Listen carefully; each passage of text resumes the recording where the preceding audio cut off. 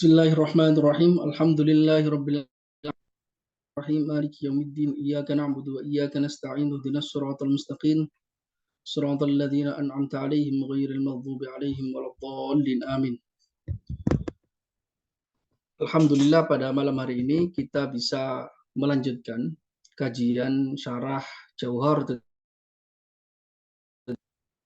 Ibnu Ibrahim ayah beliau yaitu Syekh Ibrahim Al-Laqani rahimahumullah ta'ala wa nafa'ana bi'ulumihi ma fid dharain amin. Qal wa qad khalad dinu ay tajarrada 'anit tauhidi. Pembahasan kita melanjutkan dari pembahasan sebelumnya di mana kita menjelaskan pada bait pertama atau pada bait kedua dari nadhaman Jauhar Tauhid. Dalam nadhaman itu sejak dari awal mengatakan alhamdulillahi ala silatihi thumma salamullahi ma salatihi ala nabiyyin ja'a bit tauhidi wa qad khalad dinu 'anit tauhidi.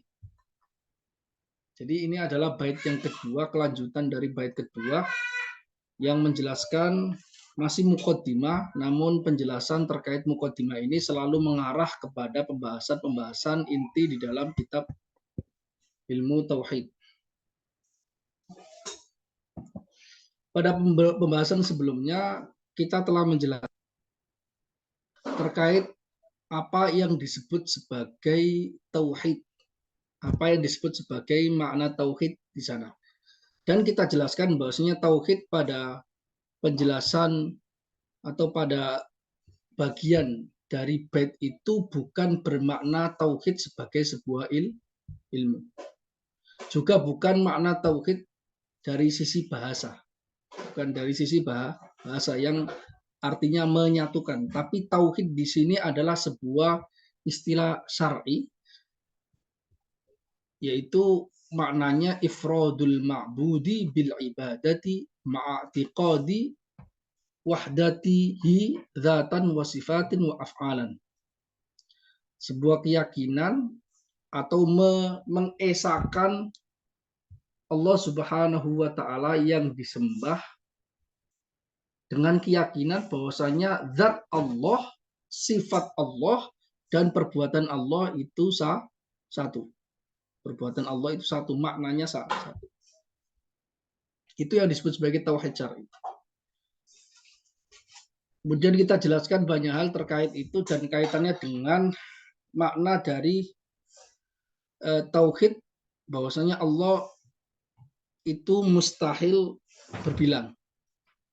Dan juga Allah memiliki sifat esa, yang mana keesaan ini bisa diterapkan pada zat, sifat, dan af'al dengan beberapa pemaknaan yang telah kita jelaskan. Dan bahasanya apa yang dipahami oleh sebagian kelompok itu telah dikritik di dalam penjelasan tersebut, yaitu diantaranya adalah kelompok Mujassimah. Karena di situ ada teksnya fala taqbal dzatuhu al-inkisama biwajhin. Zat Allah Subhanahu wa taala tidak menerima, artinya tidak berpotensi berbilang, berpisah dengan sama sekali, dengan segi apapun. Artinya Allah tidak menerima pemisahan. Dan kita terangkan bahwasanya kaitannya dengan ilmu makulat yang kita jelaskan, bahwasanya terkait al-qismah atau pembagian itu ada tiga hal, ada tiga jenis, yaitu al-qismah al-wahmiyah, kemudian al-qismah al-aqliyah, kemudian al-qismah al-fi'liyah. Yang menjadikan seseorang punya keyakinan bahwasanya Allah Subhanahu wa taala, atau yang menjadikan seseorang atau kelompok yang menyebabkan mereka disebut sebagai mujassimah bukanlah karena mereka meyakini Allah bisa terbagi secara aktual. Bukan, karena kalau demikian tidak ada khilaf para ulama terkait kafirnya orang ini. Karena kalau terpisah bagiannya sama sekali, itu berarti bukan meyakini Tuhan sama sekali. Dan juga tidak ada orang yang beriman yang meyakini Tuhan bisa dibagi secara rasional. Namun perbedaan antara ulama Ahlussunnah wal Jamaah dengan yang non Ahlussunnah wal Jamaah dalam persoalan ini adalah terkait al-qismah al-wahmiyah. Al-qismah al-wahmiyah. Dan al-qismah ini sendiri yang menjadi perbedaan antara definisi makulat kam dengan yang lainnya. Inti dari makulat al-kam yaitu kategori kuantitas adalah dia bisa dibagi secara pembagian al-wahmiyah, secara pembagian imajinatif. Apa itu pembagian imajinatif? Pembagian imajinatif adalah fardu syai'in ghaira syai'in. Memperkirakan satu hal itu memiliki hal yang lain dibanding yang lain. Ada sebelah kanan, ada sebelah kiri, ada sebelah atas, ada sebelah bawah, ada sebelah luar, ada sebelah dalam. Itulah yang disebut sebagai al-qismah al-wahmiyah. Dan ini yang diyakini dengan soreh ataupun tidak soreh, tapi ketika takrir terhadap keyakinan mereka, orang-orang mujassimah ini meyakini Allah Subhanahu wa taala yaqbalu al-qismah al-wahmiyah. Bahkan ada hadis, dan itu hadisnya maudhu, yang menyebutkan bahwasanya Allah Subhanahu wa taala abda ba'dahu, menampakkan sebagiannya. Ini hadisnya maudhu, tapi digunakan oleh kelompok mujassimah untuk meyakinkan bahwasanya Allah Subhanahu wa taala memiliki bagian.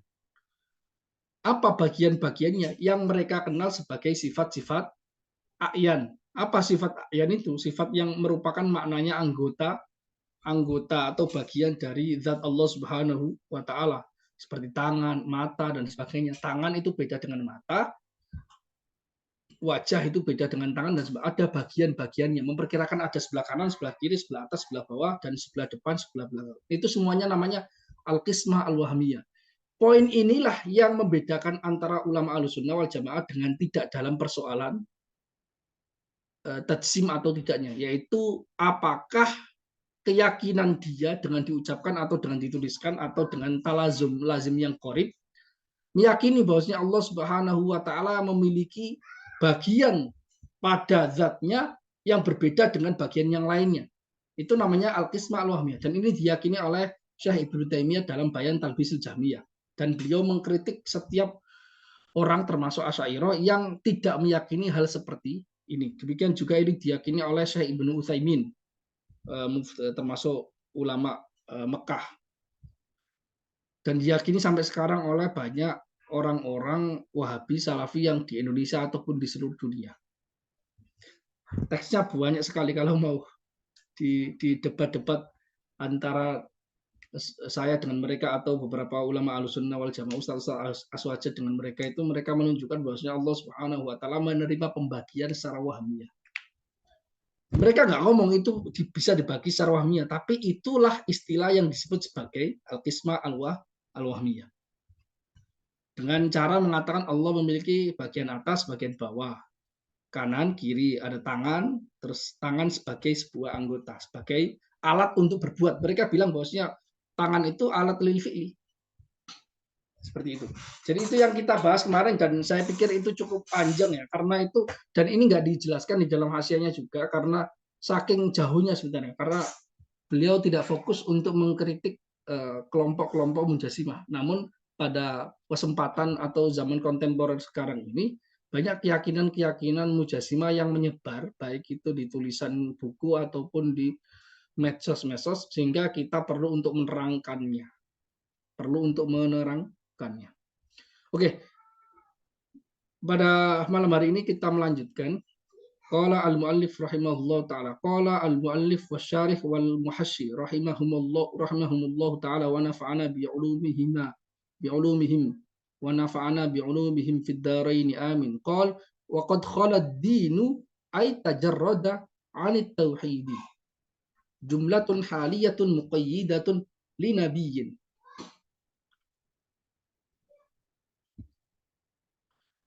Ay ja'a min 'indillahi bit-tauhidi fi hali ta'addudil ma'budatil batilah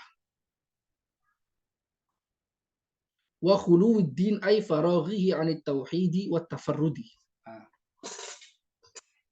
Teksnya adalah ala nabiyyin ja'a bit tauhidi wa qad khalad dinu anit tauhidi. Nah, ini ada dua diksi tauhid yang artinya berbeda. Tauhid yang pertama itu adalah maknanya tauhid syar'i yang maksudnya adalah menyembah Allah secara esa. Menyembah Allah secara esa. Tauhid yang pertama. Ala nabiyyin ja'a bit tauhidi. Atas nabi yang datang membawa tauhid. Artinya nabi membawa ajaran penyembahan pengesaan Allah Subhanahu wa taala. Wa qad khalad dinu anit tauhidi. Wanya di sini menunjukkan setelahnya itu adalah haliyah. Di sini adalah jumlah haliyah. Di sini adalah hal dalam keadaan kepada nabi yang datang membawa tauhid keesaan penyembahan keesaan kepada Allah, pengesaan secara penyembahan kepada Allah dalam keadaan agama di zaman beliau itu khalad din anit tauhidi. Agama kosong dari tauhid, kosong. Nah, ini tauhid yang kedua ini beda. Tauhid yang kedua ini maknanya bukan penyembahan seperti itu, tapi tauhid artinya dari keesaan. Maksudnya keesaan adalah dari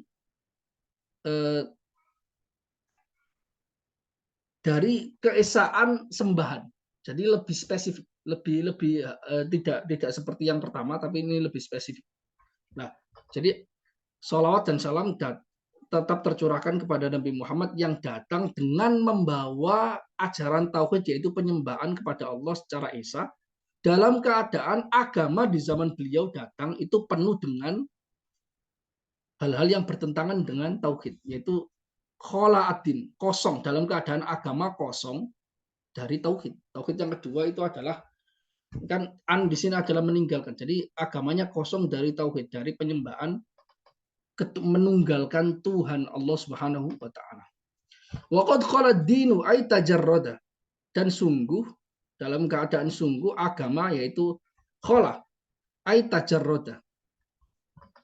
Dia kosong anit tauhid, dari tauhid. Di dalam beberapa naskah manuskrip yang lain ada teksnya bukan khola tapi aria atau aro atau aria atau aro. Maknanya sama. Maknanya adalah sama, yaitu kosong.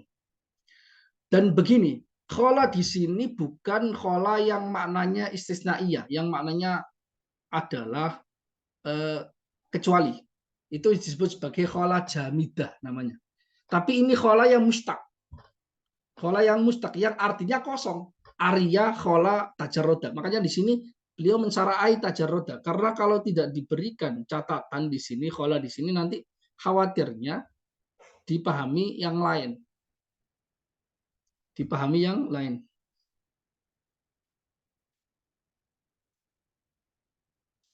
Ada sebagian, ada pemahaman yang lain bahwasanya di sini makna khola di sini terjadi tabmin. Kalau di dalam bahasa balaghah itu tabmin. Tabmin. Tadmin itu ada sebuah kata.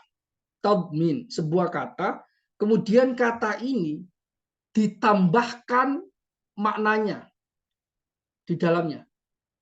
Jadi kayak diisi dengan makna dari mufradat yang lain. Nah, isyaratnya adalah khola di sini maknanya ay tajarroda, kosong. Karena itu harusnya pasangannya khola itu min, karena kalau artinya kosong dari itu khola min, khola syai'u min kada, sesuatu itu kosong dari sesuatu, sesuatu itu kosong dari hal tertentu, ya. Tapi kalau an ini sebenarnya pasangannya dari tajarroda. Karena itu sebagian ulama memahami bahwasanya khola di sini fihi tadminu makna tajarroda. Di dalamnya ada tadmin, pengisian makna mufradat di dalam kata ini yang artinya tajarroda. Ini kelebihan di dalam bahasa Arab. Karena itu memahami bahasa Arab itu nggak bisa dengan pemahaman dangkal. Apalagi kalau niatannya adalah memahami rahasia di dalam istilah dan diksinya. Apalagi kalau memahami Al-Quran itu banyak sekali Al-Quran itu makna tadmin itu banyak. Cirinya tadmin itu biasanya pasangan hurufnya. Pasangan huruf yang menjadikan biasanya pasangannya itu dibikin berbeda. Nah, itu menunjukkan bahwasanya di dalam lafadz diksi ini ada penambahan dari kosakata yang lain terus dimasukkan ke dalamnya. Namanya tadbin. Dalam Quran banyak sekali, saya nggak ingat cerita tentang Nabi Siti Sayyidah Maryam yang ketika mau melahirkan itu kan dia menyandarkan punggungnya ke pohon kurma. Fi judhu'in nakhli. Nah, itu kan harusnya bukan fi, kan bukan di dalam. Karena di sana ada makna tadbin. Tadbinnya seperti itu banyak. Pokoknya gitu. Jadi dalam keadaan agama ini terlepas dari tauhid penyembahan yang esa. Dia mengatakan jumlatun haliyatun muqayyidatun linabiyyin. Ini adalah jumlah waqad khaladinu an tauhid, itu adalah sebuah kalimat hal. Berarti kedudukannya ini hal. Sohibul halnya itu adalah Nabi Shallallahu Alaihi Wasallam. Jumlatun haliyatun muqayyidatun haliyah yang membatasi, memberi catatan pada diksi Nabi. Jadi sohibul halnya itu adalah Nabi. Kalau di dalam bahasa ilmu nahwu itu ada hal, ada sohibul hal. Dengan makna demikian, maka maknanya adalah ai ja'a min indillahi. Ja'a min indillahi bitauhidi. Ini ja'a ala nabiyyin ja'a bitauhidi. Ja'a min indillahi bitauhidi fi hali ta'addudil ma'budat.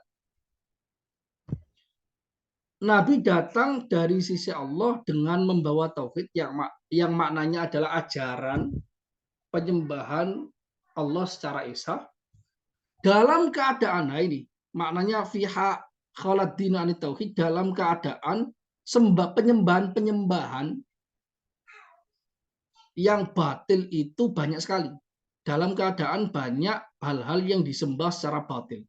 Wa khuludin, dan kosongnya agama atau terlepasnya agama, ai faroghi, kosongnya anit tauhidi wa tafarrudala, kosongnya dari pengesaan dan penunggalan Allah Subhanahu wa taala. Jadi Rasul Shallallahu Alaihi Wasallam datang pada zaman jahiliyah, di mana Ka'bah itu di dalam ataupun di luarnya dipasangi oleh orang-orang musyrikin ratusan berhala.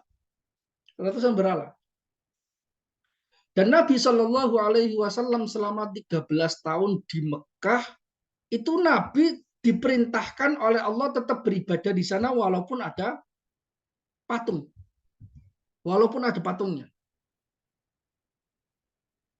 Bahkan tawaf juga di sana. Karena tawaf itu ibadahnya ulama zaman atau Nabi zaman Ibrahim. Jadi bukan ajaran baru dari Nabi Muhammad SAW, tapi ditakrir oleh Nabi Muhammad SAW. Tapi umat jahiliyah zaman dulu itu Nabi SAW juga melihat mereka tawaf.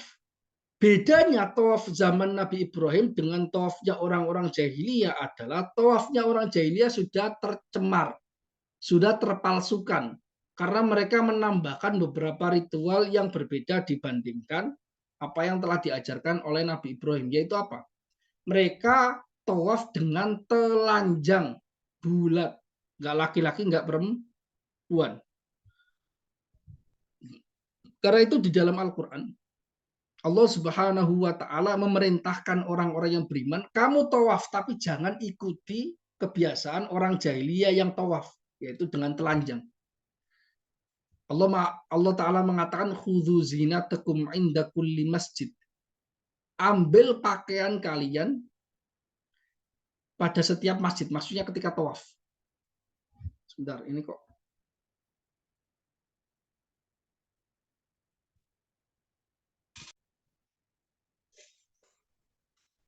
jelas ya. Jadi Nabi datang dengan membawa ajaran tauhid itu dalam keadaan masyarakat di Mekah mayoritas itu sudah tercemar dengan ritual-ritual kemusyrikan, penambahan-penambahan berhala. Dan yang menariknya, Nabi itu tetap tawaf walaupun di dalamnya ada banyak patung. Yang nantinya pada peristiwa Fatu Makkah ketika Nabi Shallallahu Alaihi Wasallam telah berhasil mendirikan sebuah negara baru, sebelumnya nggak ada negara di Madinah, jadi mendirikan negara, kemudian berhasil mengalahkan orang-orang kafir Quraisy sehingga terjadi pembebasan Mekah, dan itu akhirnya berhala-berhala dibersihkan oleh Rasul Shallallahu Alaihi Wasallam. Ya, tapi ada pertanyaan begini, nah terus sebenarnya bedanya berhala dengan Ka'bah itu apa sih sebenarnya? Berhala dari patung, ya kan ya, dari batu juga. Sonam sama wasan, ada bedanya dalam bahasa Arab itu sonam. Sonam itu adalah patung yang dibuat dari batu. Kalau wasan adalah patung yang dibuat dari kayu. Ada sonam sama wasan. Nah, terus bedanya apa sih sebenarnya patung sama Ka'bah itu sendiri? Kan Ka'bah juga benda mati. Dan dia juga dibikin, yang bikin Nabi Ibrahim. Terus bedanya apa? Bedanya apa dengan patung yang bikin juga manusia? Nyembahnya arahnya juga sama ke sana.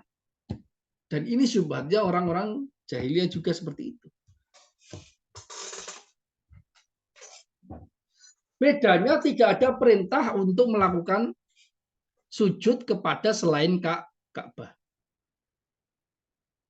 Tidak ada perintah yang tegas. Jadi kaitannya dengan sujud. Karena begini, sebenarnya tauhid itu menyembah Allah Subhanahu wa taala. Sujud itu bukan menyembah. Sujud itu tanda menyembah. Karena sujud itu sendiri sebenarnya bukan kemusyrikan.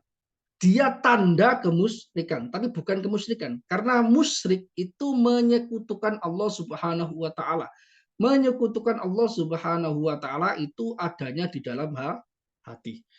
Kalau sujud saja itu adalah menyembah itu sendiri, maka mustahil ada perbedaan ajaran zaman Nabi Adam dengan zaman Nabi Muhammad Shallallahu Alaihi Wasallam. Saya udah terangkan ya ini kalau nggak salah ya. Kenapa? Karena zaman Nabi Adam itu bahkan malaikat disuruh sujud kepada Nabi Adam. Kalau Nabi Muhammad sujud kepada selain yang diperintahkan sujud, itu haram hukumnya. Itu haram hukumnya. Karena terjadi perbedaan ini, maka sujud itu syariat, bukan tauhid. Tapi dia tanda tauhid. Karena itu di dalam fikih, di dalam kitab-kitab fikih disebutkan, misalnya di antara di kitab Tuhfatul Muhtaj dan juga kitab-kitabnya Syekh Ibnu Hajar Al-Haytami dalam Al-I'lam biqawatil Islam. Itu disebutkan ada beda antara sujud, ada tafsir, ada perincian. Antara sujud itu disebut sebagai musyrik atau tidak. Kalau sujud, pertama gini, levelnya gini, sujud kepada sesuatu otomatis makhluk yang memang diperintahkan untuk disujudi, yaitu Ka'bah, itu wajib dalam ibadah yang wajib. Oke, atau sunnah dalam ibadah yang sunnah. Atau wajib meskipun dalam ibadah yang sunnah, karena sudah masuk paket. Ala khilafin baina mazhab Asy-Syafi'i sama mazhab Hanafi. Mazhab Syafi'i dan Hanafi berbeda pendapat terkait kalau ada ibadah sunnah, kemudian apakah perbuatan di dalamnya itu tiba-tiba bisa dibatalkan atau tidak. Mazhab Hanafi haram hukumnya. Kita sholat sunnah misalnya, tiba-tiba baru dapat 1 rakaat, kemudian kita batalkan, saya batalkan. Itu haram hukumnya, karena terkena ayat Al-Quran, wala tubtilu a'malakum. Jangan batalkan amal kalian. Walaupun itu ibadah sunnah, walaupun itu sholat sunnah. Kalau di dalam mazhab Syafi'i, kalau kalian sholat sunnah, kemudian di tengah dibatalkan, itu enggak dosa. Karena itu enggak haram. Karena sejak dari awal perbuatannya sunnah. Ya. sujud di Ka'bah, kemudian di tengah-tengah sunnah, kemudian kita batalkan. Itu mazhab Hanafi haram, tapi mazhab Syafi'i enggak haram, meskipun makruh. Meskipun makruh, karena khurujan min khilafi man aujabah. Karena keluar dari khilafnya ulama yang mewajibkannya. Mewajibkan kalau berbuat, walaupun itu sunnah, sampai tuntas. Oke. Jadi yang pertama, kemudian sujud kepada hal-hal yang secara umum diperintahkan oleh Allah Subhanahu wa taala untuk dihormati, tapi bukan disujudi. Maka hukumnya haram tapi tidak syirik. Misalnya ada seseorang dia sujud ke ibunya, enggak syirik. Sujud ke makam yang itu makam ulama, makam nabi, tidak syirik. Tidak syirik. Haram iya, tapi tidak syirik. Kenapa? Karena ajaran di dalam Islam secara umum mengagungkan hal-hal seperti ini. Ibu, orang tua, suami, atau istri, atau orang yang lebih tua, atau makam karena dia adalah rumahnya orang Muslim. Kuburan itu rumahnya orang Muslim ketika sudah meninggal. Ya, itu enggak otomatis. Dia hanya bisa menjadi syirik kalau dia memang niat untuk menyembahnya. Kalau tidak, maka tidak. Nah, itu yang level kedua. Kalau kemudian level ketiga yang paling rendah yaitu sujud kepada sesuatu yang tidak ada ajaran secara umum di dalam Islam untuk mengagungkannya. Misalnya batu disujud, itu berarti otomatis syirik. Karena tidak ada subhatnya sama sekali dalam ajaran agama untuk mengagungkan batu. Atau nyembah apa? Matahari juga tidak ada subhatnya sama sekali. Bulan juga sujud kepada bulan langsung otomatis. Jadi sujud kepada ibu itu nggak otomatis syirik. Haram iya. Tapi kalau diniati nyembah syirik. Tapi kalau sujud kepada matahari otomatis syirik. Otomatis syirik. Karena tidak ada di dalam ajaran Islam secara umum pengagungan terhadap makhluk yaitu matahari dan bulan, nggak ada. Kalau ibu ya. Kalau makam keramat juga iya. Karena itu adalah tempatnya orang Muslim. Jelas ya? Oke. Saya tadi bahas apa ya Pak? Kayak gitu. Jadi Nabi datang membawa tauhid dalam keadaan masyarakat jahiliyah itu menyembah banyak Tuhan. Jelas ya?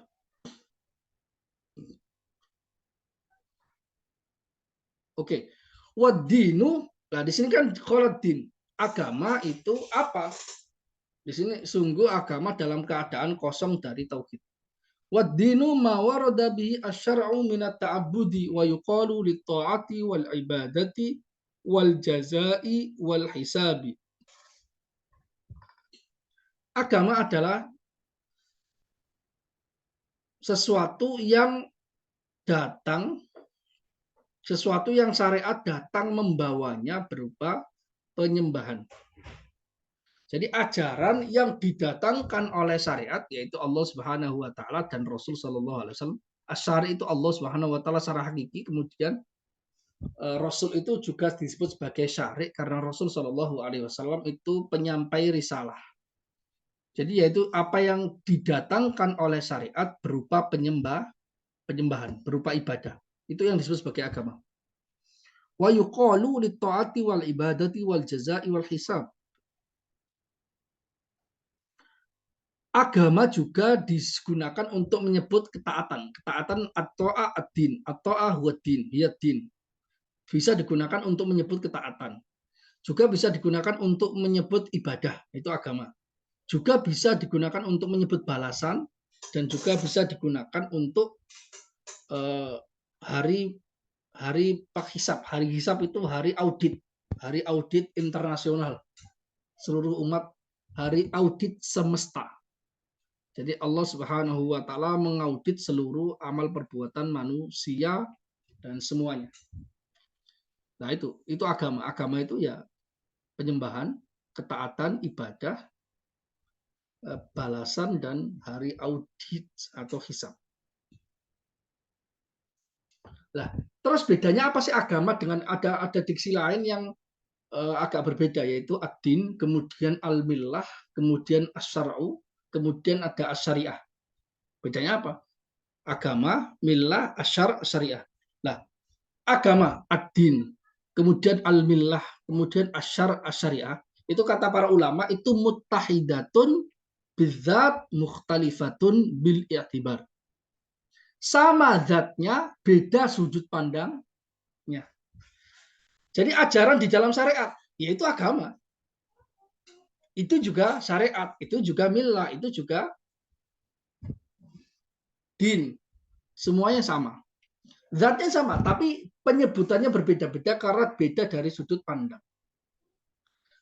Hukum misalnya hukum-hukum syariat, dari sisi kita itu tunduk padanya. Bahasa Arabnya nadinu biha, kita tunduk. Nadin itu namanya nangkot, dia ketunduk. Itu disebut sebagai agama. Jadi hukum-hukum syariat, hukum fikih yang kita kenal itu juga adalah din, agama. Kenapa? Dari sisi kita tunduk terhadap aturan main di dalam syariat, aturan main di dalam hukum-hukum syariat yang kita pelajari. Kemudian hukum-hukum syariat yang kita kerjakan itu juga bisa disebut sebagai millah. Millah itu artinya millah itu kecondongan atau di tuntunan. Millah itu tuntunan, kecondongan sekaligus tuntunan. Kenapa disebut millah? Hukum-hukum syariat yang kita kerjakan, sholat wajib, zakat wajib, puasa wajib dan sebagainya itu kan hukum. Ya, itu juga bisa disebut sebagai millah. Kenapa millah? Dari sisi malaikatlah yang mengimlakannya kepada Nabi Shallallahu Alaihi Wasallam melalui wahyu. Karena itu adalah millah. Millah itu imlaan atau tuntunan.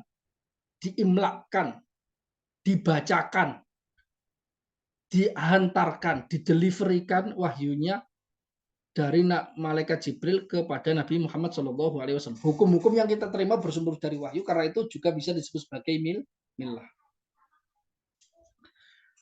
Hukum-hukum juga bisa disebut sebagai syara atau syariat.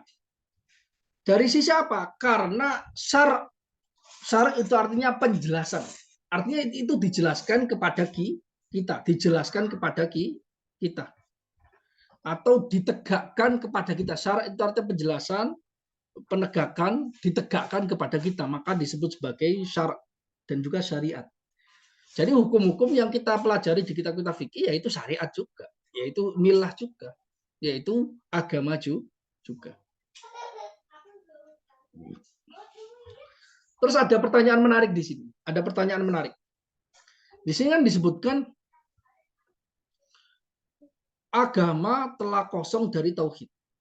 Loh, tadi yang dibilang bahwasanya agama itu apa yang didatangkan oleh syariat berupa penyembahan, ketaatan dan sebagainya.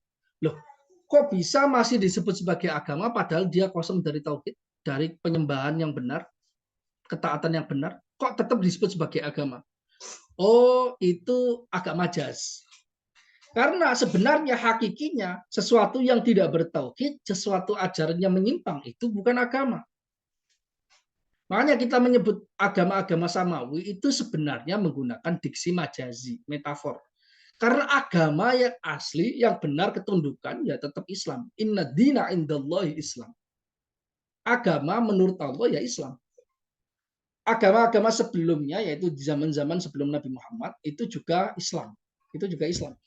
Kita menyebut ajaran mereka Islam, hanya saja terjadi tahrif di sana. Ya kan? Berarti agama itu yutlaku li ta'ah wal ibadah al-haq. Ibadah yang benar itu hak. Karena itu kata-kata waqad khalad dinu ala tauhidi, dan sungguh agama kosong dari tauhid, ini disebut diksinya agama padahal dia tidak bertauhid. Itu ala za'mi sahibihi, ala za'mi sahibihi, menurut apa? Menurut pengakuan atau dugaan orang-orang yang meyakininya. Jadi ada agak metafor di sana. Karena itu di dalam Al-Quran ada juga ayat yang mengindikasikan agama disebut kepada sesuatu yang bukan yang benar. Wa may yabtaghi ghairal islami dina. Dan siapapun dan barang siapa menghendaki selain Islam sebagai agama, berarti selain Islam itu agama juga. Tapi itu secara metafor. Artinya dengan ada sedikit takwil, ai bizami sahibihi, dengan dugaan orang yang meyakininya. Jelas ya?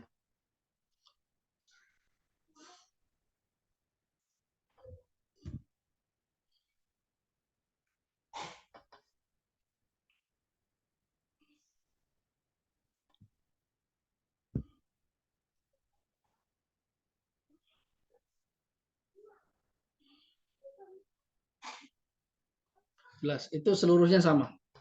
Jadi wadinu mawarda bisyara.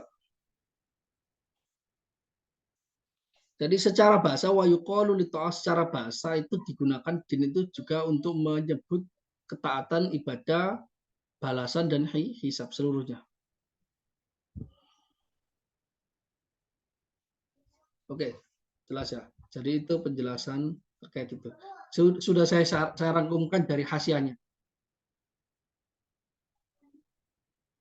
Ada pembahasan yang cukup dalam terkait kenapa ini disebut hal atau tidak, terus pemahamannya bagaimana, kenapa harusnya hal itu setelah wawu haliyah itu jumlahnya atau di fiilnya itu harus menggunakan mudhari karena itu yang sesuai dengan hal. Tapi ini menggunakan madi, ada qadnya, waqad qala adina. Itu ada pembahasan yang sangat dalam terkait itu.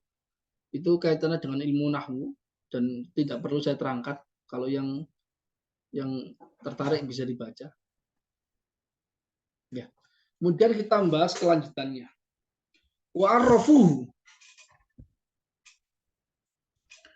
Wa'arrafuhu bi'annahu wad'un ilahiyun sa'iqun lidhawil uquli bikhtiyarihim al-mahmuda ila ma huwa khairul lahum bidzat ay ahkamun wada'aha Allahu للعباد باعثة إلى الخير الذاتي وهو السعادة الأبدية ويأتي آخر هذا الموضوع انقسامه إلى عام وخاص. Tadi kan agama itu mawarda bi asyara. Ini agak menarik ini. Agak menarik.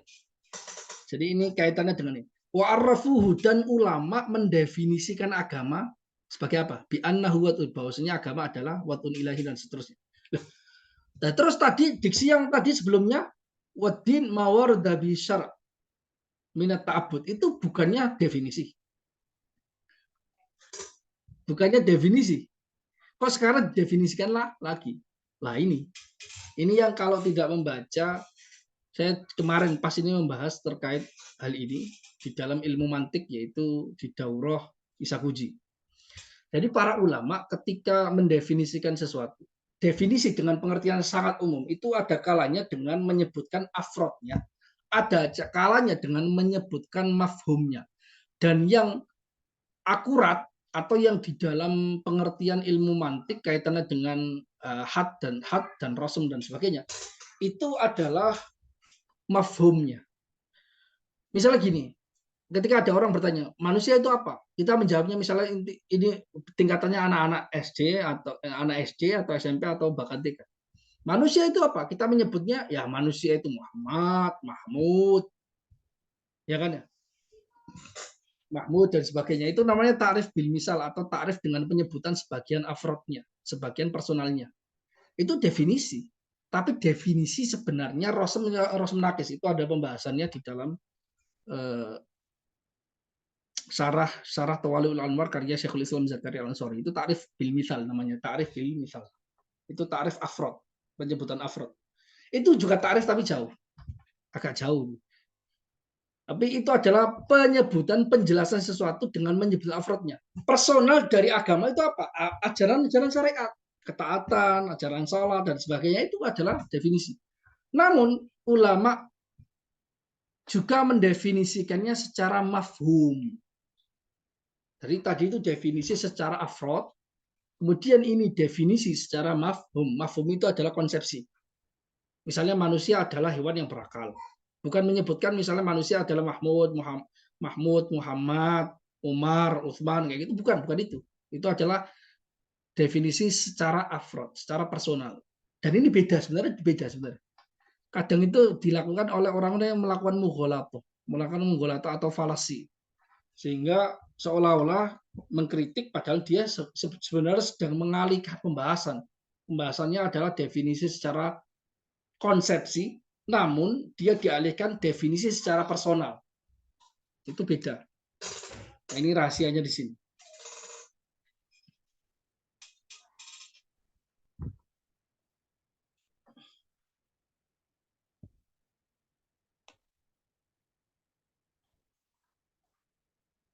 Oke.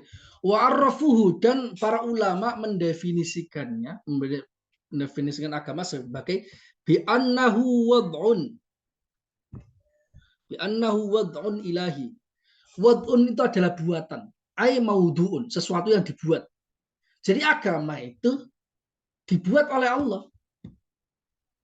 Ilahi, buatan, ilahi, ketuhanan, saik, yang mendorong, lidzawil uqul, mendorong orang-orang yang berakal. Jadi orang nggak berakal bukan objek dari sebuah agama. Misalnya batu, misalnya tumbuhan, bukan objek dari agama. Biikhtiarihim, mendorong orang-orang yang berakal, artinya orang yang berpotensi punya akal, yaitu manusia dan jin, agama itu. Biikhtiarihim, dengan ikhtiar mereka, bukan bitiror, bukan keterpaksaan, dengan pilihan mereka terhadap hal yang baik, al-mahmudah, ila ma huwa khairul lahum bidzat. Pilihan mereka mendorong orang yang berakal dengan pilihan mereka terhadap hal yang bagus, mendorong pada sesuatu yang baik, khairun lahum, sesuatu yang terbaik bagi mereka, bidzat, secara esensial. Apa kebaikan secara esensial? Yaitu kebaikan yang abadi.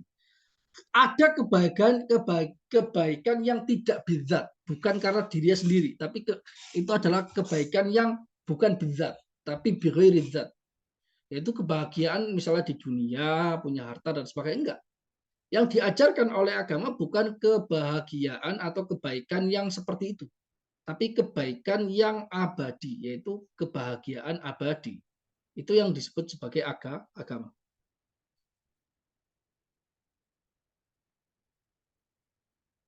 Jelas ya?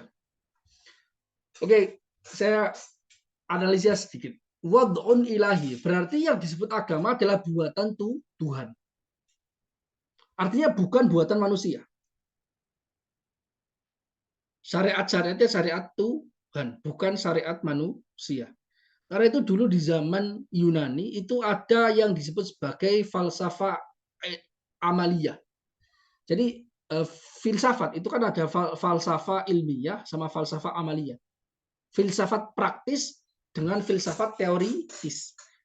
Teoritisnya itu yang akhirnya dikembangkan. Kalau di Yunani ada filsafat, sebenarnya ada dua, ada filsafat praktis dan filsafat teoritis. Nah, filsafat teoritisnya ini yang dikembangkan, dan juga diantaranya adalah mantik, dan itu bermanfaat bagi orang-orang Islam. Yang ditinggalkan oleh orang Islam itu adalah filsafat praktis era Yunani. Kenapa? Para ulama menyebutkan karena syariat itu jauh ajarannya lebih baik, lebih bagus, lebih komplit, lebih komprehensif dibandingkan filsafat amalinya, filsafat Yunani. Filsafat amali. Jauh.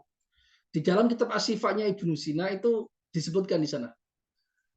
Kaitannya dengan filsafat amali, filsafat praktis itu kaitannya dengan siyasatul ra'iyah, politik rakyat, kemudian islahul mudun, adalah politik mengatur tata kelola kota, dan siyasatul Madinah, dan siasat Madinah, tata kelola kota dan pemerintahan.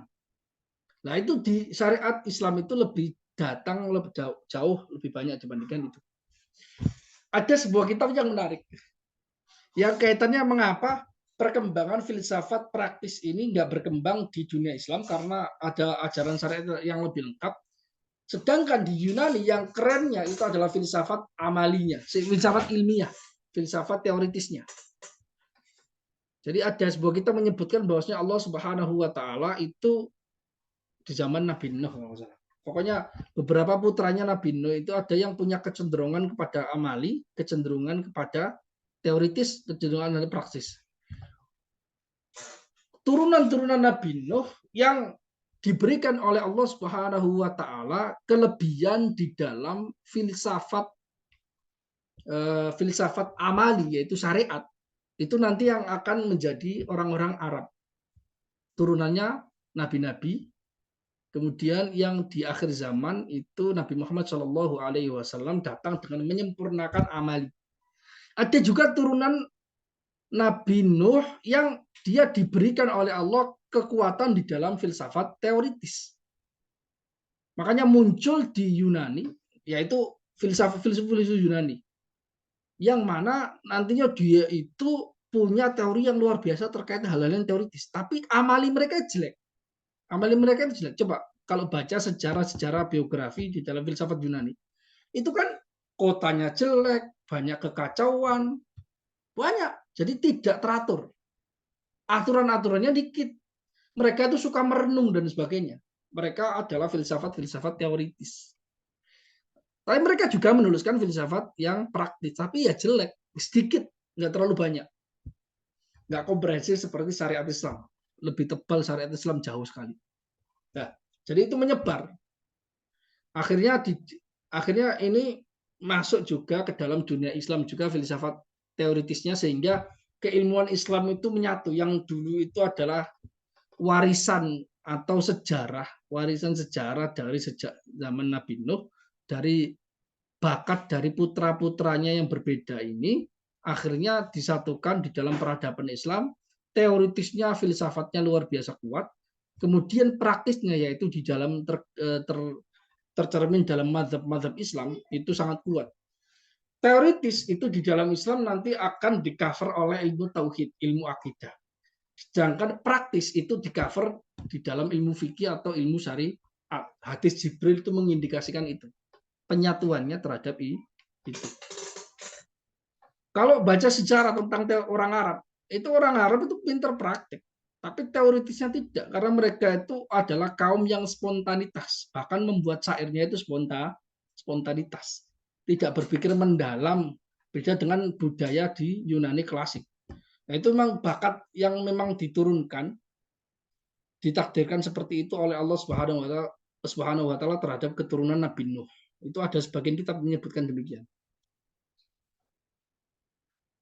Jelas ya? Jadi itu agama. Agama itu buatan Tuhan yang mendorong manusia dengan pilihan mereka terhadap hal yang baik, mendorong mereka kepada sesuatu yang baik untuk mereka secara esensial, yaitu kebahagiaan yang abadi. Jelas ya? Kemudian pertanyaan, nah, kamu bilang bahwasanya agama itu adalah buatan Tuhan.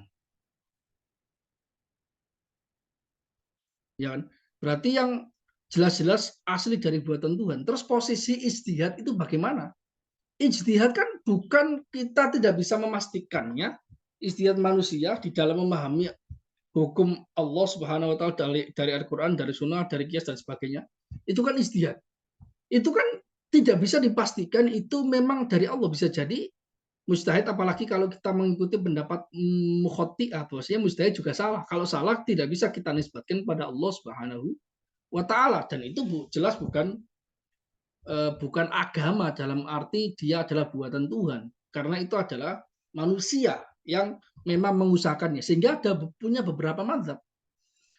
Jadi ijtihad itu bagaimana posisinya? Apakah dia minaddin, halil ijtihad minaddin am min ghairiddin? Apakah ijtihad itu termasuk agama atau tidak?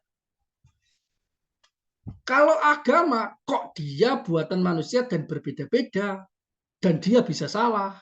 Kok buatan Tuhan seperti itu? Kalau dia buatan manusia, berarti ijtihadnya atau fikih itu bukan agama, tapi kita wajib mengikuti hukum-hukum fikih yang dihasilkan dari ulama-ulama mujtahid. Solusinya bagaimana?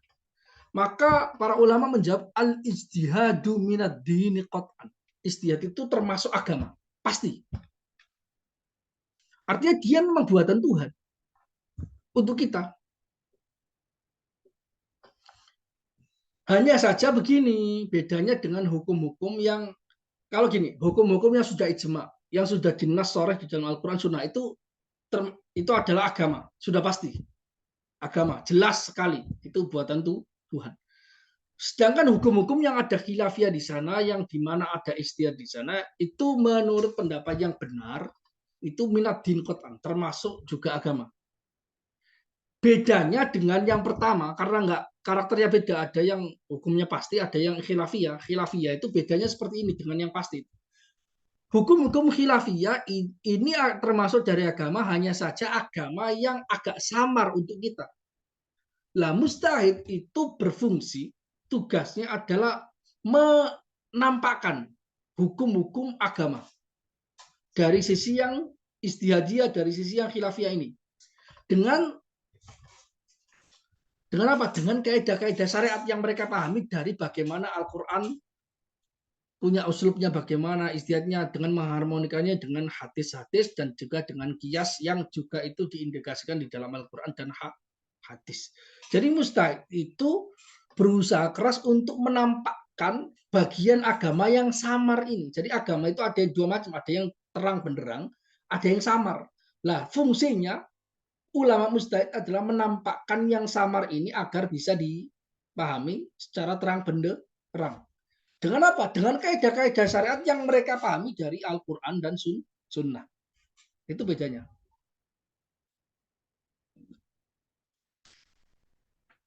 Itu aja. Oke, itu berarti al-istihad minati. Istihadnya para ulama itu juga agama. Bahkan sampai sekarang. Walaupun istihadnya tidak sekuat zaman dulu. Karena banyak persoalan-persoalan baru yang memang ada di dalam perkembangan syariat. Terkait aplikasinya zaman sekarang. Jadi hasil dari mustahid dari Bahsul Masail, misalnya Majelis Tarjih, lembaga-lembaga fatwa, selama mereka memang pakar di dalam itu bukan ngasal ya, itu juga agama sesuai dengan apa yang mereka pahami. Namun kaitannya dengan masalah-masalah yang memang baru zaman sekarang. Sedangkan kalau masalah-masalah klasik mereka hanya nukil kebanyakan atau mentarjih, meskipun ini bisa dikritik. Kalau ditarjih itu bisa dikritik. Jelas ya? Itu yang disebut sebagai wad'un ilahi. Kemudian definisi atau diksi berikutnya dari definisi agama adalah wad'un ilahi sa'ik, buatan Tuhan yang mendorong manusia. Dzawil ukul adalah manusia dan jin. Ats-tsaqalain. Mendorong manusia. Oke.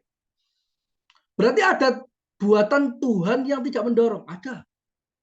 Yaitu ghairu sa'ik, wad'un ilahi ghairu sa'ik. Sebagian ulama memahami ada.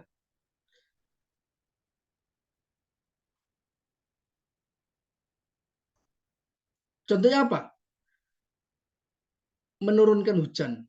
Itu adalah buatan Tuhan yang ghairu sa'ik, yang tidak mendorong. Wa imbatun nabat, dan juga menumbuhkan tumbuhan. Itu kan tidak mendorong orang untuk memilih hal yang baik. Untuk kebaikan dia secara esensial. Tapi ada pertanyaan loh, bukankah menurunkan hujan, Allah menurunkan hujan, kemudian Allah menumbuhkan tumbuhan itu juga untuk kebaikan kita. Bahkan kita menggunakan kebaikan di dunia itu sebagai saku atau modal untuk akhirat. Karena itu disebutkan ad-dunya mazra'atul akhirah. Tempat menanam akhirat itu dunia.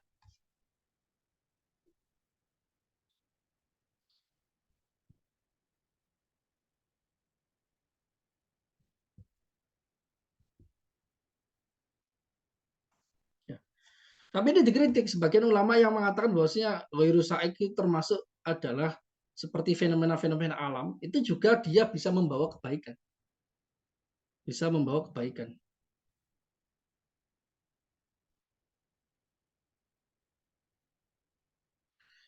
Nah, terus seperti fenomena-fenomena alam itu keluarnya dari diksi saik atau bukan dari diksi? Enggak, tapi keluarnya dari diksi ikhtiar.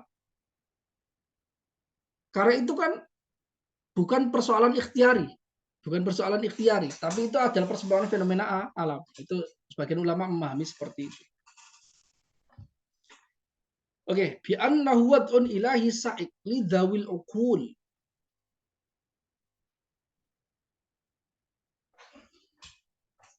Bi ikhtiyarihim Lidawil ukul, saik lidawil ukul. Jadi dia mendorong orang-orang yang berakal. Karena itu, misalnya ilham-ilham yang diberikan kepada hewan yang tidak berakal itu bukan agama. Bahkan kalaupun di dalam Al-Quran disebutkan wahyu, itu kan wahyu.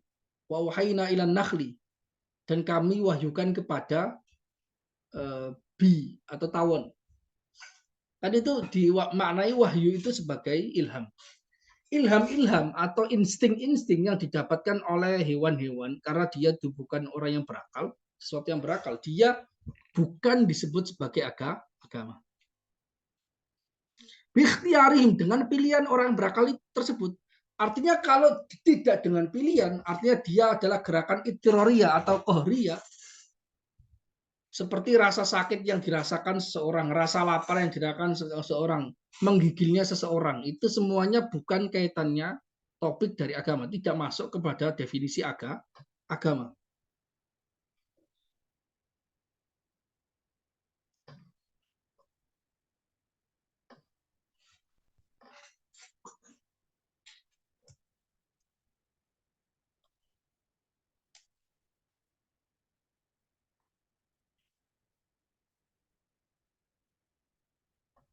Ya. Kemudian ada pertanyaan gini, tadi kan kaitannya dengan pilihan. Berarti kalau pilihan, nah seperti itu. Kalau namanya pilihan, ada kalanya mereka karena memilih, ada kalanya pilihannya benar. Pilihannya yang mahmud, yang terbaik, yang baik. Ada kalanya dia milih yang jelek. Karena itu yang namanya agama yang mendorong orang berakal dengan pilihan mereka, ya dengan pilihan mereka. Ada kalanya juga tidak mendapatkan hidayah, sebagian orang punya ikhtiar. Dia juga berakal, juga sudah ada agama. Namun pilihan mereka salah karena tidak mendapatkan hidayah. Ya. Jadi gini, Rasul Shallallahu Alaihi Wasallam datang membawa agama. Agama definisinya adalah buatan Tuhan yang mendorong orang berakal untuk memilih sesuatu yang baik secara abadi, ya kan ya. Kalau misalnya bahkan mayoritas, bukan hanya sebagian, tapi mayoritas, bagaimana disebutkan di dalam Al-Quran. Kalau misalnya Rasul datang membawa agama ini untuk mereka pilih sebagai agama tauhid, namun ternyata mayoritas malah menolak.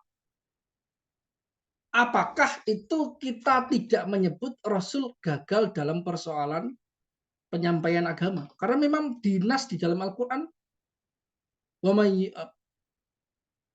itu dinas di dalam Al-Quran, mayoritas manusia itu tidak ber wama aktsarun nasi walau harasta bimu'minin. Itu dinas di dalam Al-Quran. Mayoritas manusia, walaupun kamu sangat ingin, sangat berusaha keras, wahai Nabi Muhammad, itu tidak beriman. Artinya ajaran kamu, agama yang kamu bawa ini untuk disampaikan kepada mereka, mayoritas tidak diterima mereka. Terus pertanyaannya, jika fenomenanya seperti itu, apakah kita bisa menyebut Rasul Shallallahu Alaihi Wasallam gagal? Jawabannya tidak bisa. Terus kemudian pertanyaan, apakah itu berarti mengurangi pahalanya Rasul Shallallahu Alaihi Wasallam? Karena ternyata misinya banyak yang gagal, sebagaimana di dalam nas Al-Quran. Wama aktsarun nasi walau harasta bimu'minin, mayoritas tidak beriman.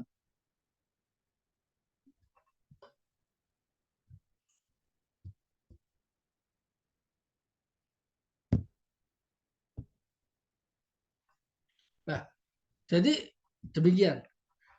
Berarti pertanyaan begini, Rasul Shallallahu Alaihi Wasallam mendapat pahala, ya kan? Yang uniknya di sini, ketika ada orang menerima ajaran Rasul, yaitu ajaran agama yang dibawa oleh Rasul Shallallahu Alaihi Wasallam, berarti Rasul mendapatkan pahala, ya kan? Ya. Terus kalau misalnya ada orang kafir menolak ajarannya Nabi, sudah disampaikan tapi dia menolak, seperti yang terjadi pada kafir-kafir Quraisy. Apakah Nabi juga mendapatkan pahala? Kalau Nabi mendapatkan pahala, berarti Nabi mendapatkan pahala dalam misi agama yang gagal. Nah, kalau demikian kok bisa mendapatkan pahala? Kalau tidak mendapatkan pahala, berarti mayoritas nabi tidak mendapatkan pahala karena mayoritas umat manusia itu tidak beriman. Nah, ini kan agak polemik kan, agak agak agak problem gitu loh. Apakah kalau diterima jelas nabi dapat pahala karena sukses. Kalau nggak sukses, apakah nabi juga dapat pahala? Berarti kalau dia nabi juga dapat pahala, berarti nabi mendapatkan pahala atas misi yang tidak sukses.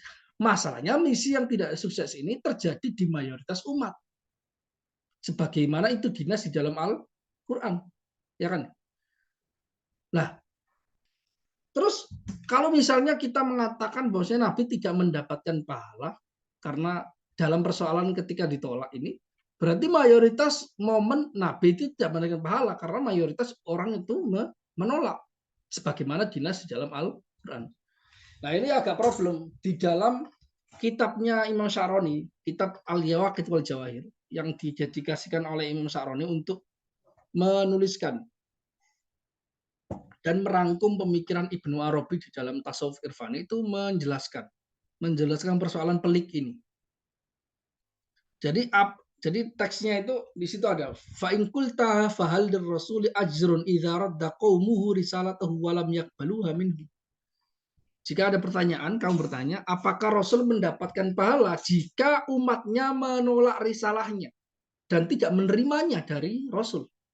Artinya tetap kafir, mereka nggak beriman, dan itu mayoritas. Jawabannya, apakah mendapat pahala? Jawabannya wal jawabu na'am. Ya, Rasul tetap mendapatkan pahala. Analoginya adalah seperti orang yang mendapatkan musibah pada sesuatu yang mendapatkan musibah dengan musibah yang berat. Dia tetap mendapatkan pahala. Dan Rasul mendapatkan pahala sejumlah sebanyak penolakan yang dilakukan oleh umatnya terhadap Rasul. Jadi tetap meskipun ditolak, artinya meskipun agamanya ditolak, Rasul tetap mendapatkan pahala.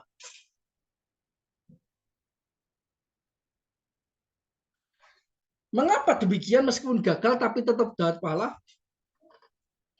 Karena dianalogikan juga seperti orang yang mengamalkan ajaran syariatnya Nabi Muhammad dengan benar.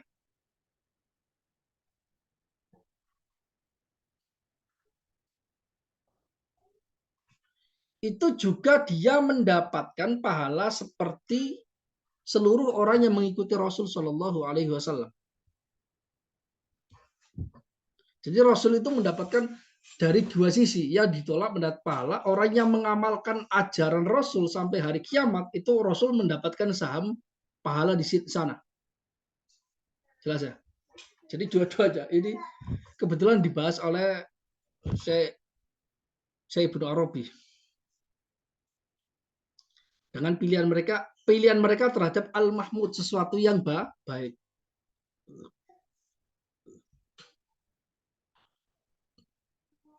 Nah, pilihan yang baik itu adalah pilihan yang membawa kepada kebaikan. Kalau pilihannya tidak baik, pasti dia tidak akan membawa kepada kebaikan. Jadi kita nggak bisa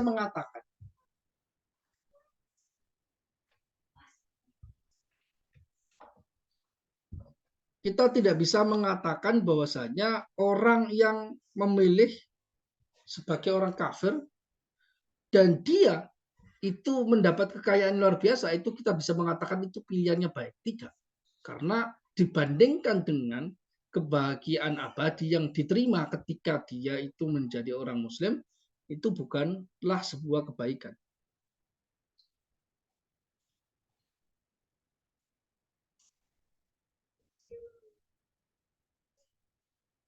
Jelas ya?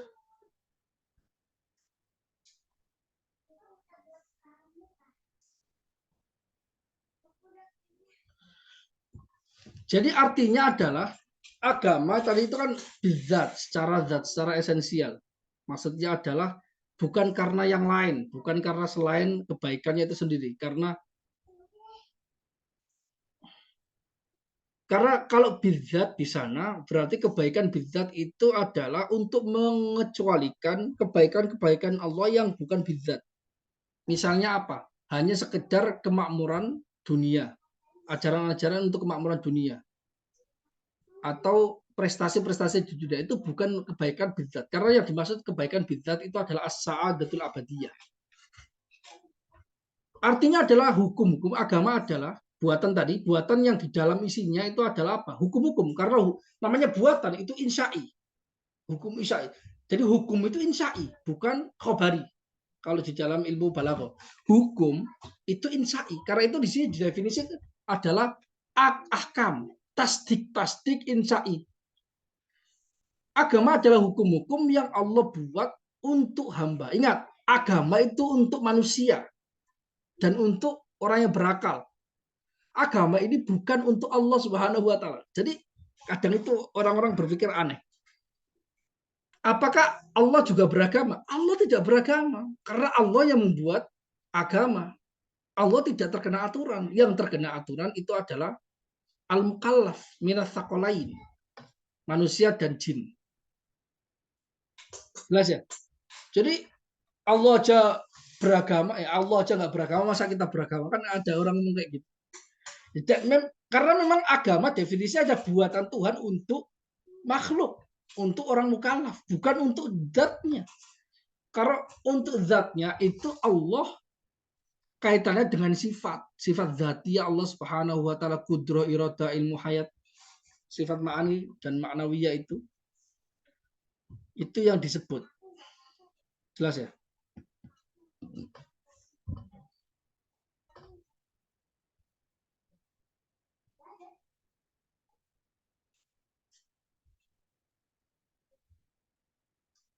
Nah, terus ada yang menarik. Ada yang menarik di sini kaitannya dengan ini. Hukum-hukum yang dibuat oleh Allah Subhanahu wa taala. Tapi yang dimaksud dibuat di sini adalah begini. Ini sebenarnya kaitannya dengan ada sih. Perdebatan antara ulama Hanafiyah dengan ulama Asy'ariyah. Selain Hanafiyah, terkait apa yang disebut sebagai hukum syariat. Ulama Hanafiyah hukum syariat yang masuk hukumnya hadis ini, sholat wajib itu hadis untuk kita. Dia bertakluk dengan kalamullah itu aja. Jadi itu ditunjukkan oleh kalamullah dan kalam Rasul Shallallahu Alaihi Wasallam. Tapi kalau menurut Asy'ariyah ahkam itu adalah qadim. Kalau ahkam itu qadim, sebenarnya bukan ini khilafnya antara Asy'ariyah dengan ulama Hanafiyah terkait hukum itu apa qadim atau tidak. Itu sebenarnya khilafnya khilaf lafzi sih sebenarnya. Fal hukmu khitabullah ta'ala al-muta'alliq bi fi'lil mukallaf. Di dalam definisi usul fikih. Ulama Asy'ariyah selain Hanafiyah itu lebih cenderung di dalam mendefinisikan hukum itu menariknya kepada mansaul hukmi. Tempat munculnya hukum. Hukum adalah nisbat. Nisbat yang ada terhadap sesuatu yang nantinya hadis itu. Nisbat sholat itu wajib. Wajibnya ini adalah hukum. Dan wajibnya ini makna yang sudah azali. Makanya itu ulama Syafi'iyah, ulama Asy'ariyah lebih cenderung mendefinisikan hukum di dalam usul fikih. Itu adalah hukum bermakna qadim. Padahal kan hukum yang dibahas adalah hukum fikih. Dan hukum fikih itu kaitannya dengan semua yang hadis seluruhnya. Karena itu ulama Hanafiyah. Nah kalau semua kaitannya itu adalah persoalan-persoalan yang diamalkan manusia di dunia, maksudnya hukum syar'i ya langsung aja kembalikan kepada hukum syar'i, maksudnya adalah hukum yang hadis. Sedangkan makna-makna yang diambil oleh para mustahid dari Al-Quran dan Sunnah untuk memahami hukum hadis ini adalah madlulnya kalam Allah. Madlulnya kalam Allah. Nanti kaitannya dengan sifat Allah yaitu kalamullah. Itu kalau menurut Hanafiyah. Kalau ulama Asy'ariyah enggak, dia lebih ditarik kepada sana. Karena itu, kalau kita memahami hukum itu adalah qadim, maka mendefinisikan wadho'a yang dibuat oleh Allah itu agak perlu takwil. Jadi hukum yang diperbarui dan ditetapkan setelah tidak ada prakteknya. Bukan dibuat atau dimunculkan atau ditampakkan, tapi bukan dibuat. Kalau dibuat kan bukan qadim. Karena kan bersumber dari kalam Allah. Kalam Allah qadim. Karena itu ditakwil. Karena itu hukum itu adalah di sini penisbatan terhadap sesuatu. Kalau nisbat itu umur iktibariyah. Umur iktibariyah, hal-hal yang muncul dari sesuatu. Jadi yang ada itu sholatnya. Sholatnya itu hadis. Kemudian ada kalamullah. Penisbatan, kemudian ada mukallaf, ada sholat, ada mukallaf. Penisbatannya itu adalah wajib bagi, nah ini umur itibari.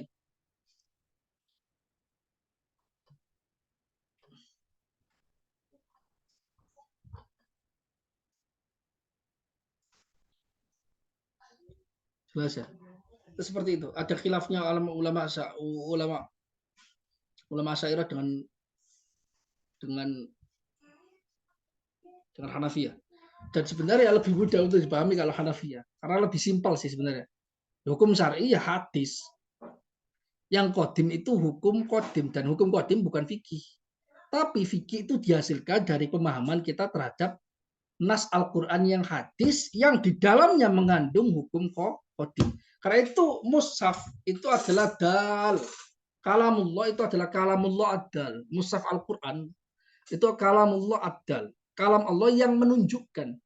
Sedangkan maksud di dalamnya yaitu sifat Allah, kalam yang Allah sebagai sifat, kalamullah sebagai sifat itu kalamullah al-madlul.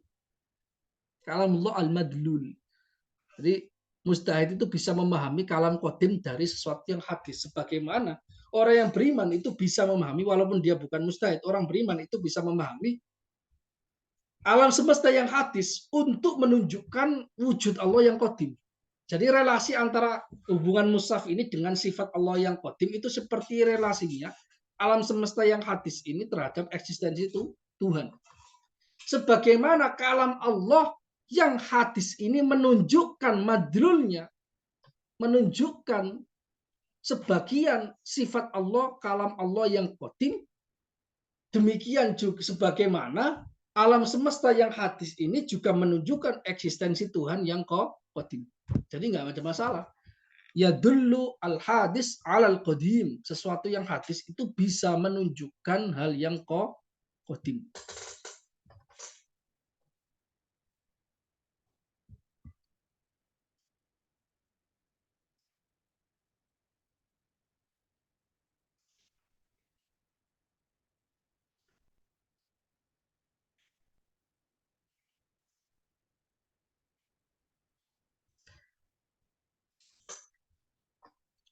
Hukum-hukum yang dibuat atau dimunculkan, ditampakkan oleh Allah Subhanahu wa taala kepada hamba, ba'itsatun, yang mana hukum tersebut mendorong mereka ilal khairi dzati, terhadap kebaikan yang esensial, yaitu bahwa as-sa'adatul abadiyah. Kebahagiaan yang esensi itu adalah kebaikan yang esensi adalah kebahagiaan yang abadi. Dan akan datang di akhir pembahasan ini pembagian agama kepada makna yang umum dan makna yang khusus.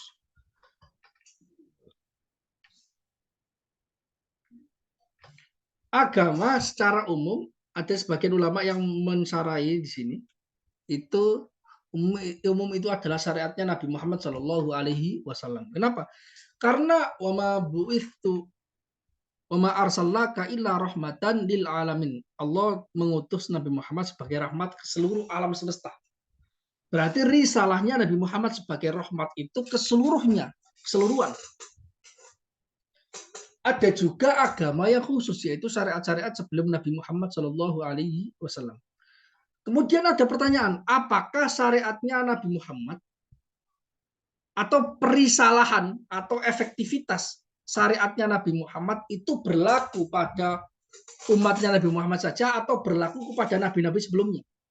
Kalau kita memahami tentang teori Haqiqah Muhammadiyah, An-Nur Muhammadi, maka risalahnya Nabi Muhammad itu juga menyebar sampai seluruh nabi sebelumnya, bahkan zaman Nabi Adam.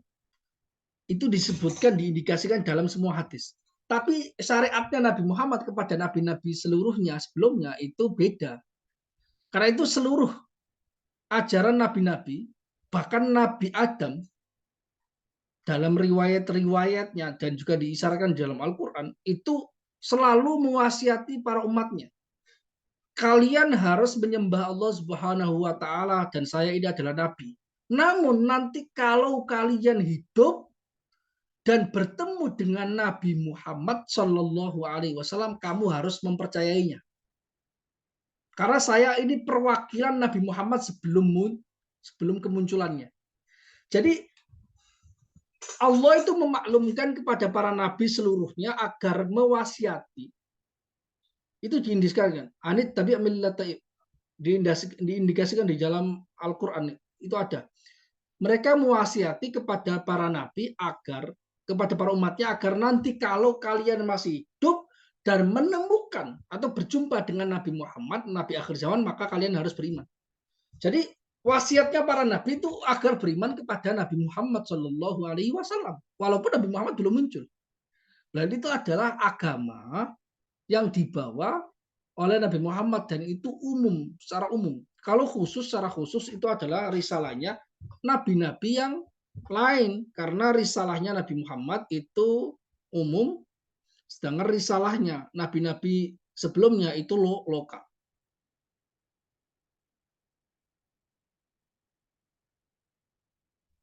Ada sebagian ulama yaitu Syekh Malawi misalnya mengatakan bahwa agama terbagi menjadi umum dan khusus. Umum itu maksudnya ilmu tauhid. Karena itu yang nggak berbeda antara Nabi Adam sampai ila yaumil kiamah, tidak berbeda sampai Nabi Muhammad. Usul tauhid, dasar-dasar tauhid, Allah itu satu, Allah itu wujud, Allah itu kuasa, Allah itu memiliki kehendak, Allah itu berilmu dan sebagainya. Itu tidak berbeda, tidak mungkin berbeda. Itu yang dimaksud umum. Kalau yang khusus itu maksudnya hukum-hukum syariat yang bisa berubah. Syariatnya Nabi Musa, Nabi Isa, Nabi Adam, Nabi Nuh itu berbeda dengan syariatnya di dalam Nabi Muhammad. Karena syariat itu terkait dengan SOP, standar of operasional, kaitannya dengan praktek. Karena itu bisa berubah tergantung zaman. Ya, ada yang memahami seperti itu. Ada yang memahami seperti itu. Jadi yang dimaksud agama umum adalah ilmu tauhid, agama khusus itu maksudnya adalah ilmu syariat. Saja. Oke, saya pikir sampai di sini. Ada pertanyaan nggak? Silahkan kalau ada pertanyaan.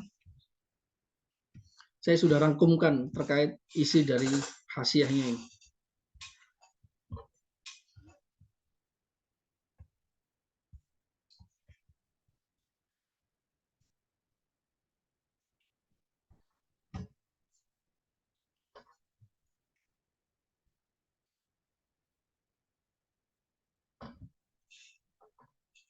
Tidak ada pertanyaan? Oke, kalau tidak ada pertanyaan bisa nanti ditanyakan di YouTube ya.